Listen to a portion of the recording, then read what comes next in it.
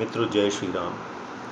आज मैं आपके सामने आपके समक्ष में फिर से उपस्थित हुआ हूँ एक नए विषय को लेकर, और वह विषय है श्री अडवाणी की अयोध्या रथ यात्रा, राम रथ यात्रा। जैसा कि कुछ समाचार पत्रों में ये प्रकाशित हुआ है कि हमारे पूजनीय प्रधानमंत्री श्री नरेंद्र मोदी आदरणीय अडवाणी जी के साथ अयोध्या जाएंगे और संभवतः 5 अगस्त 2020 को नए मंदिर का शिलान्यास करेंगे। अगर यह होता है, और जिसकी संभावना बहुत अधिक है, तो यह हम सब के लिए बहुत ही हर्ष की बात है। आखिर अडवाणी जी ही तो राम आंदोलन के, इस सदी का जो राम आंदोलन हुआ है, या 20वीं सदी का जो राम आंदोलन हुआ है, उसके वो एक तरह से जनक थे। मैं जनक तो नहीं कहूँगा, क्योंकि उस आंदोलन के पीछे बहुत बड़ी बड़ी शख्सियतें और भी थीं, और अडवाणी जी का उसमें बहुत बड़ा कंट्रीब्यूशन था, बहुत बड़ा योगदान था। अडवाणी जी, श्रद्धेय अशोक जी सिंघल जी, श्रद्धेय गिरिराज किशोर जी, और न जाने कितने हुतात्माएँ इस आंदोलन में शरीक हुई थी। तो खैर, आज का मेरा विषय है कि अडवाणी जी और राम रथ यात्रा के बारे में। आज मैं आपको एक ऐसे रहस्य के बारे में बता रहा हूँ जिसके बारे में आज की जो मॉडर्न ट्विटर जनरेशन है, या जो फेसबुक जनरेशन है, उसे बहुत कम मालूम है। चलिए हम चलते हैं 1990 के अगस्त, सितंबर, अक्टूबर कालखंड में। उस समय हमारा देश एक बहुत बड़ी आपत्ति के भीतर से जूझ रहा था। हमारे जो प्रधानमंत्री एक हुए थे, श्री विश्वनाथ प्रताप सिंह, उन्होंने अपनी सत्ता को बचाने के लिए मंडल आयोग का सहारा लिया, और उसके कारण उन्होंने देश के में जो हमारा जो समाज था, तथाकथित अगड़ा पिछड़ा वर्ग, उसके बीच में उन्होंने गंभीर दरारें पैदा कर दी।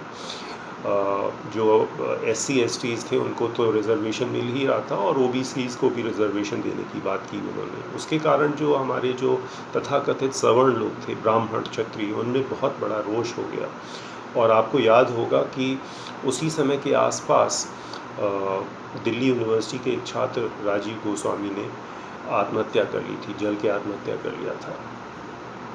तो खैर, इन सब चीज़ों को देखते हुए और भारतीय जनता पार्टी को और मजबूत करने के लिए अडवाणी जी ने एक ये स्ट्रैटेजी अपनाई कि क्यों ना हम एक ऐसा आंदोलन खड़ा करें जो न सिर्फ हमारे हिंदुत्व को प्रखर धार देता हो, बल्कि वो हमारा जो वृहद समाज है, उसको भी फिर से एकजुट करने की कोशिश करें, जो हमारा समाज टूट गया था VP सिंह के कारण। इसी संदर्भ में फिर उन्होंने एक दिन, सितंबर की बात है शायद, उन्होंने प्रमोद महाजन जी को बुलाया अपने घर। उस समय अडवाणी जी पंडारा पार्क में रहते थे, और उन्होंने प्रमोद जी से कहा कि मैं एक यात्रा करना चाहता हूँ, पद यात्रा करना चाहता हूँ, जो सोमनाथ से चल के अयोध्या जाए। अब सोमनाथ ही क्यों भाई? सोमनाथ इसलिए क्योंकि सोमनाथ हमारी भारतीय संस्कृति का एक ऐसा चिन्ह है जिसके बारे में हम भूले नहीं भूलते हैं। हम सबको मालूम है कि वहाँ भगवान सोमनाथ का मंदिर था और है, और कई बार उसे तोड़ा गया, और 1950 में जब भारत आज़ाद हो गया तो उसका फिर से पुनरुद्धार हुआ। तो वो एक चिन्ह था जहाँ से अडवाणी जी जाना चाहते थे, अयोध्या, और अयोध्या में शिला पूजन करना चाहते थे एक नए राम मंदिर का। तो उन्होंने प्रमोद महाजन से पूछा कि बताओ भाई, इसके बारे में क्या किया जा सकता है। तो प्रमोद जी ने अपने नक्शे देखे और कहा कि ये तो बहुत दूर है। आप चाहते हैं कि आप सितंबर 25 से शुरू होकर अक्टूबर 20 या 25 तक आप वहाँ पहुँचे, तो ये तो बहुत दूर है, आप पैदल यात्रा नहीं कर सकते, इसलिए आप क्यों ना राम रथ यात्रा करें। तो इस प्रकार से राम रथ यात्रा का प्रारूप बना, और इस प्रकार से जो आज का जो हमारा मंदिर आंदोलन जो अल्टीमेटली जो कंक्लूड हुआ पिछले साल, उसकी आधारशिला रखी गई।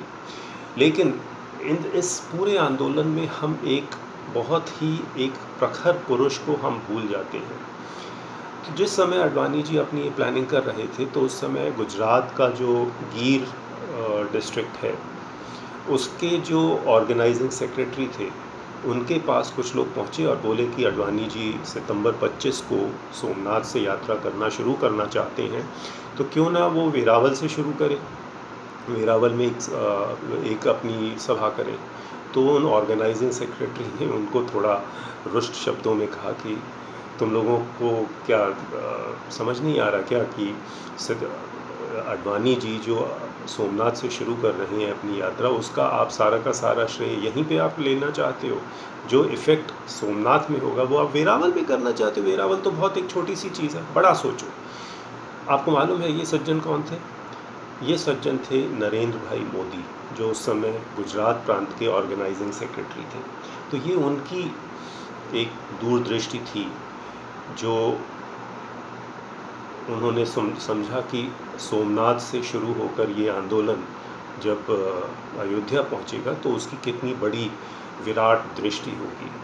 तो हम बात कर रहे हैं आज से करीब 30 साल पहले की बात कर रहे हैं, जब नरेंद्र भाई मोदी ने इस आंदोलन में अडवाणी जी के साथ कंधे से कंधा मिलाया और एक तरह से उन्होंने उस पूरी यात्रा की स्ट्रैटेजी तैयार की।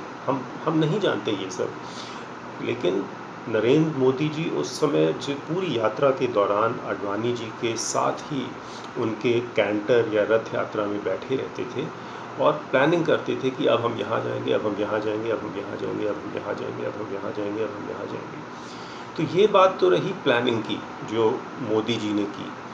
और तो इन सब चीज़ों को देखकर हमको बिल्कुल समझ में आता है कि क्यों अडवाणी जी को भी वहाँ रहना चाहिए, और मोदी जी तो हैं ही वहाँ पे अपनी आधारशिला रखने के लिए। लेकिन इस पूरे कार्यक्रम में अडवाणी जी का जो रोल है वो कोई और नहीं छीन सकता। अडवाणी जी ने इस आंदोलन से न सिर्फ भाजपा को एक शिखर की स्थिति में पहुंचाया, बल्कि उन्होंने एक तरह से पूरे गैर भाजपा ऑपोजिशन को तोड़ दिया। तो जिस समय उनकी रथ यात्रा गुजरात से चली और राजस्थान, मध्य प्रदेश, उत्तर प्रदेश होते हुए जब वो पहुंची बिहार, तो किसी भी राज्य के मुख्यमंत्री में इतनी हिम्मत नहीं थी कि वो अडवाणी जी को रोक सके। लालू यादव ने कहा कि मैं अडवाणी जी को रोकूंगा, और लालू यादव जी ने इस बात में बहुत ही गौरव महसूस किया कि उन्होंने अडवाणी जी को गिरफ्तार कर लिया है, और वो बहुत बड़ी उनके लिए बहुत बड़ी एक घटना रही। लेकिन भाजपा के लिए और विश्व हिंदू परिषद के लिए यह आंदोलन न सिर्फ एक मील का पत्थर था, मैं तो बोलूँगा कि ये मील का पत्थर भी नहीं था, ये एक बहुत बड़ी अट्टालिका का एक शिलान्यास था, जिसके बारे में हम आज बहुत कम जानते हैं। हम सिर्फ यही जानते हैं कि फिर अदालत का मामला हुआ, हाई कोर्ट ने 2011 या 2012 में कहा कि मंदिर होना चाहिए, फिर 7-8 साल तक ये चला। फिर बीच में भाजपा की सरकार आ गई, भाजपा ने प्रॉमिस किया कि मंदिर बनाएंगे, फिर ऐसे ही 5 साल गुजर गए, फिर से भाजपा की सरकार आ गई, और फिर 2019 में फिर अल्टीमेटली कोर्ट का ये डिसीजन हुआ। अधिकतर ट्विटर वासी सिर्फ इतना ही कालखंड जानते हैं। लेकिन जिस समय मैं अपने कॉलेज लाइफ में था, तो मैं देखता था कि कैसे उस समय के नवयुवक, स्त्री पुरुष सब लोग मिल के कंधे से कंधा मिला के किस प्रकार वो अपना कंट्रीब्यूशन कर रहे हैं। महिलाएं अपनी चूड़ियाँ बेच देती थी, अपना घर का जो भी सामान, जो भी उनका एक्सेस था, वो डोनेट कर देती थी। करोड़ों रुपए इकट्ठे हुए और उन सारे रुपयों की अच्छे से हिसाब तैयार किया गया, ताकि कोई ये ना कहे कि इस आंदोलन में परिषद ने पैसे का दुरुपयोग किया या जो भी।